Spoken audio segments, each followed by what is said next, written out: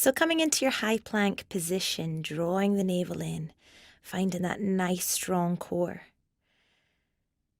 Bring the right hand into the middle of the mat and roll onto the outside of the right foot. If this is too strong here, you can take the knee down to the mat and make it a little easier.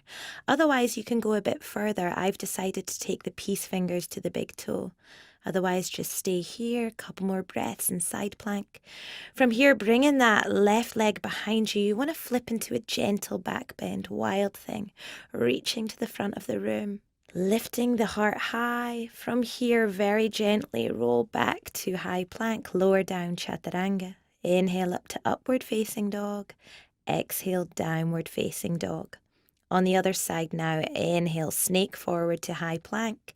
Bring the left hand into the middle of the mat this time and onto the outside of the left feet. Again, those options are there. You can make it a little bit easier or a little bit stronger. Stepping the right foot behind you now, I've decided to come up onto the top of that foot, coming into wild thing again on the other side. Inhale, finding your high plank. Exhale, elbows in, chaturanga. Inhale up to upward facing. Exhale, downward facing dog.